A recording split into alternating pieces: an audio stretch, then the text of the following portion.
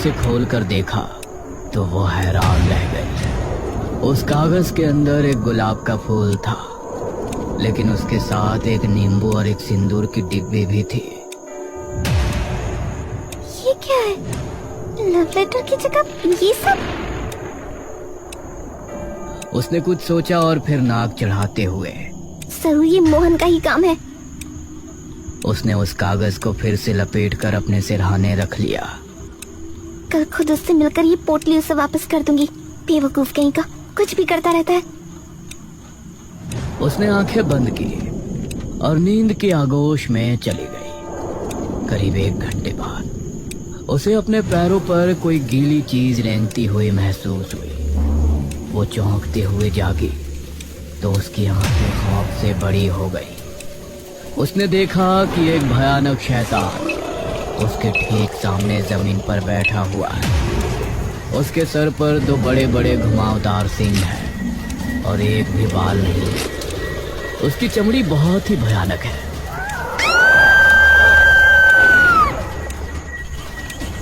वो चीखती चिल्लाती हुई बाहर भागने लगी, लेकिन जैसे ही उसने दरवाजा खोला तो पाया कि बाहर घना जंगल है और दूर दूर तक सिर्फ पेड़ नजर आ रहे हैं। मैं तो घर में थी, ये कमरा, यहाँ जंगल कैसे आ गया? भारी कदमों के साथ वो शैतान उसकी तरफ बढ़ रहा था। शीतल मजबूरन कमरे से निकल उससे दूर भागने लगी। उसने पीछे मुड़कर देखा तो वो शैतान उसका पीछा कर रहा था। वो और तेज भागने लगी तो उसे सामने अपना घर नजर आया। ये क्या? मेरा घर तो सामने है। उसका दिमाग घूम रहा था। उसके सोचने समझने की क्षमता खत्म हो गई थी। वो तेजी से भागती हुई उस घर में घुस गई। मम्मी, भैया। घर में उसे कहीं कोई नजर नहीं आया। वो अपनी माँ के कमरे में गई तो उसने वहां वही शैतान को खड़ा हुआ पाया।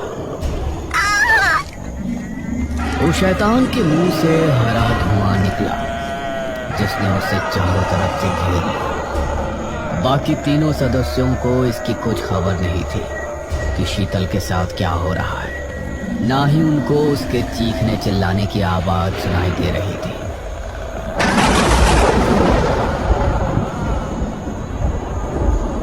कुछ देर बाद शीतल की आंख खुली। उसके चेहरे पर कोई भाव नहीं था। बाहर बारिश शुरू हो गई थी।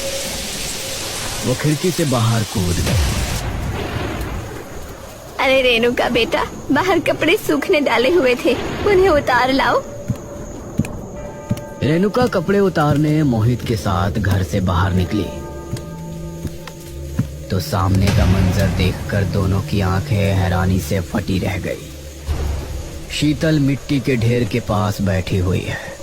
उसके दोनों हाथों में कान खजूरे हैं। शीतल? शीतल ने उन दोनों की तरफ देखा और फिर भयानक मुस्कान दी।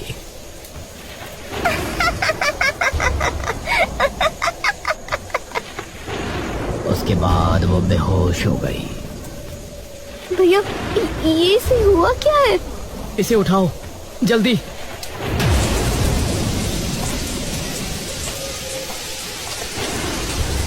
मोहित ने उसे उठाया और फिर कमरे में ले आया।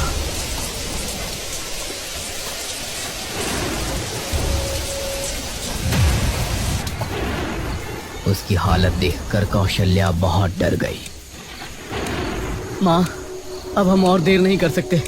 मैं अभी मुखिया जी को बुलाकर लाता हूँ।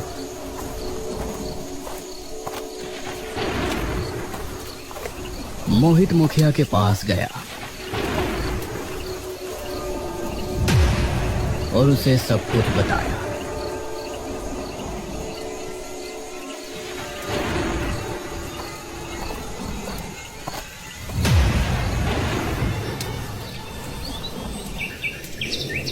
अगली सुबह मुखिया उस तांत्रिक को साथ लिए मोहित के घर पहुंचा।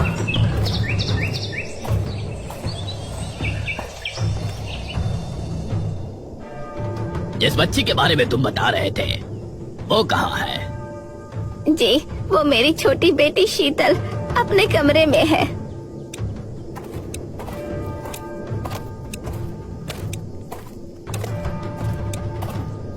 तांत्रिक कमरे में गया। उसने शीतल के माथे पर हाथ रखकर कुछ मंत्र पढ़े और उसके चेहरे पर शिकस्त दिखने लगी। हे भगवान, क्या हुआ तांत्रिक बाबा? इल्बिस, इसके ऊपर इल्बिस का साया है। ये इल्बिस कौन है?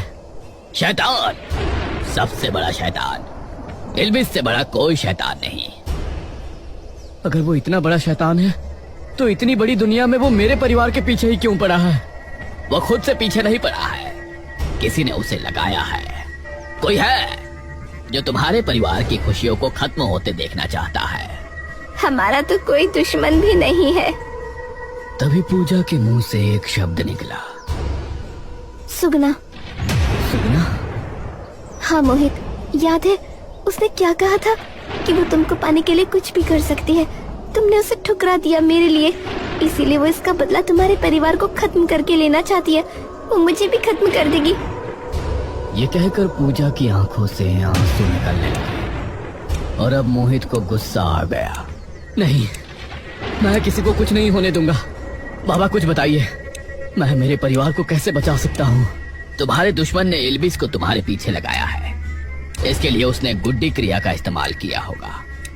एक गुड़िया पर तुम्हारे परिवार के नामों के साथ तंत्र मंत्र किया गया है। अगर उस गुड़िया को ढूंढ कर जला दिया जाए तो तुम्हारा परिवार बच सकता है। तो हम उस गुड़िया तक कैसे पहुंच सकते हैं? कहाँ मिलेगी वो हमें? इस क्रिया में गुड़िया को पीपल के पेड़ के नीचे गाड़ा जाता है। उसने भी यही किया होगा। गांव में जहाँ जहाँ पीपल का पेड़ है, तुम्हें वहाँ खुदाई करके देखना होगा। मोहित बेटा, 2 पीपल के पेड़ तो मेरी कोठी के पीछे वाले जंगल में ही है। तो चलिए मुखिया जी, पहले वहीं चलते हैं।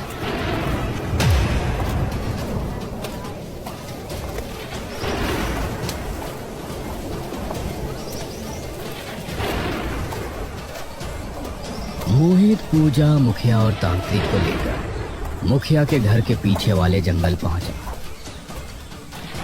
और सामने ही एक बड़ा सा पीपल का पेड़ था। इस तरफ शीतल के पास कौशल्या और रेणुका बैठे हुए थे। अचानक शीतल ने आंखें खोली। शीतल बेटा, तुम ठीक हो? शीतल के चेहरे पर कोई भाव नहीं थे, लेकिन जैसे ही कौशल्या ने उसके माथे पर हाथ रखा तो वो चीख उठी और तभी इल्बिस भी वहां आ पहुंचा। इल्बिस को सामने देखकर रेणुका और कौशल्या का दिल दहल उठा। इस तरफ दोनों ने पेड़ के नीचे खुदाई शुरू की। हे भगवान, उस गुड़िया को यही होना चाहिए। मोहित ने पेड़ के चारों ओर खुदाई की, लेकिन गुड़िया नहीं मिल रही थी। अब बस कुछ ही हिस्सा बाकी था। मोहित, मुझे नहीं लगता कि यहाँ कोई गुड़िया है। बस ये जगह और रह गई है, यहाँ मिल गई तो ठीक है। मोहित ने आखिरी हिस्से पर खुदाई की तो वहां उसे गुड़िया मिल गई। मिल गई। उसने गुड़िया को निकाल कर देखा तो आधी गुड़िया गायब थी। अरे, आधी गुड़िया तो गायब है। लगता है ये वो गुड़िया नहीं है। चलो चलकर कहीं और देखते हैं। नहीं, इसका मतलब है कि उसने जानबूझकर गुड़िया को 2 हिस्सों में दफनाया है, जिससे कि अगर उसके बारे में पता भी चल जाए तो कोई उसे ढूंढ कर जला ना सके। दूसरा हिस्सा भी यही होगा, ठीक से देखो। जी बाबा। मोहित ने अब और खुदाई की तो उसको गुड़िया का बाकी हिस्सा भी मिल गया। बहुत अच्छे, अब जल्दी से घर जाओ। उसे घर के अंदर ही जलाना होगा, तभी जादू का असर खत्म होगा। अब ये सभी वापस घर की तरफ रवाना हुए। बाबा, क्या इस गुड़िया को जलाने से इब्लीस मर जाएगा? नहीं, उसे कोई नहीं मार सकता। इस गुड़िया को जला देने से इल्बिस तुम्हारे घर को छोड़ देगा और जिसने तुम्हारे परिवार की आत्माओं का सौदा किया था वो उसकी आत्मा को मारकर अपने साथ ले जाएगा। क्या हुआ मोहित? पूजा, तुम अपने घर चली जाओ। इल्बिस सामने सामने होगा, ये जोखिम भरा हो सकता है। ठीक है मोहित। ये सुनकर पूजा ना चाहते हुए भी घर पहुंचे और फिर मोहित, मुखिया और बाबा उस गुड़िया को लिए घर पहुंचे।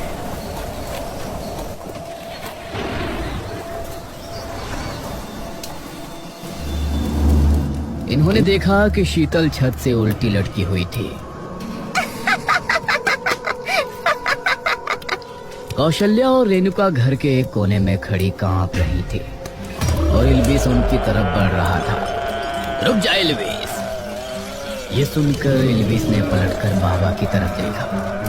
तभी सुगना भी वहां आ पहुंची। तुम यहाँ इस गुड़िया को जलाने से रोकने आई हो? इल्बिस ने आगे बढ़ जाकर एक हाथ से पकड़ लिया। मोहित, वक्त बर्बाद मत करो, जल्दी से इस गुड़िया को जला दो। और उसी समय बाबा ने अपने झोले से तेल की एक बोतल निकालकर उस पर तेल उड़ेल दिया। शीतल अभी भी छत से किसी छिपकली की तरह चिपकी है। मोहित ने पॉकेट से लाइटर निकाला। धूम करके गुड़िया में आग जल गई। माँ! मोहित कौशल्या को बचाने भागा तो इल्बिस ने एक ही हाथ से उसे दूर धकेल दिया। लेकिन अगले ही पल जब गुड़िया पूरी तरह से जल गई तो इल्बिस चीख उठा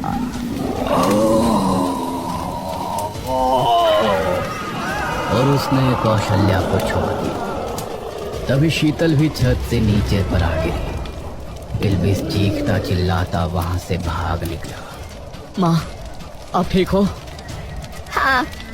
तभी शीतल भी एकदम ठीक हो गई। माँ। सुगना भी वही खड़ी मोहित को देखकर मुस्कुरा रही थी। अगर सुगना यहाँ है तो इल्बिस ने सुगना पर हमला क्यों नहीं किया? इसका मतलब है कि सुगना ने तुम्हारे घर पर जादू नहीं किया था। ये सुनकर सभी हैरान रह गए। तो फिर किसने किया? तभी सबने देखा सामने से इल्बिस पूजा के घर से निकल कर आ रहा है। उसे देखकर मोहित की हैरानी का ठिकाना नहीं था। इल्बिस उसी जगह आकर खड़ा हुआ जहां गुड़िया को जलाया गया था और फिर आंखें बंद करते ही गायब हो गया। मतलब पूजा ने ही जादू किया था? लेकिन क्यों? मैं तो उससे ही शादी करने वाला था। मैं तुमको यही बताने यहाँ आई थी। मैंने पूजा के बारे में पता किया था। उसने पहले भी कई लड़कों को अपने जाल में फंसाया। उसकी ख्वाहिश थी कि वो अपने पति के साथ शहर जाकर रहे अकेले, लेकिन गांव में कोई भी लड़का इस बात के लिए तैयार नहीं था। उसे लगा होगा कि तुम्हारे परिवार वाले भी तुमको बाहर नहीं जाने देंगे, इसीलिए उसने मेरे परिवार को मारने के लिए ये जादू किया, जिससे मेरा अपना उसके अलावा कोई ना रहे और उसकी बात मानकर मैं शहर जा सकूं। मुझे माफ कर दो सुगना, मुझसे गलती हो गई। अब मैं चलती हूँ। मोहित ने सुगना का हाथ पकड़ उसे रोक लिया। नहीं सुगना, मैं तुमसे प्यार करता हूँ, या ये कहूँ कि अब करने वाला हूँ। मैं तुमसे शादी करना चाहता हूँ, प्लीज ना नहीं कहना। ये कहकर मोहित ने सुगना को गले से लगा लिया और फिर सुगना के चेहरे पर भी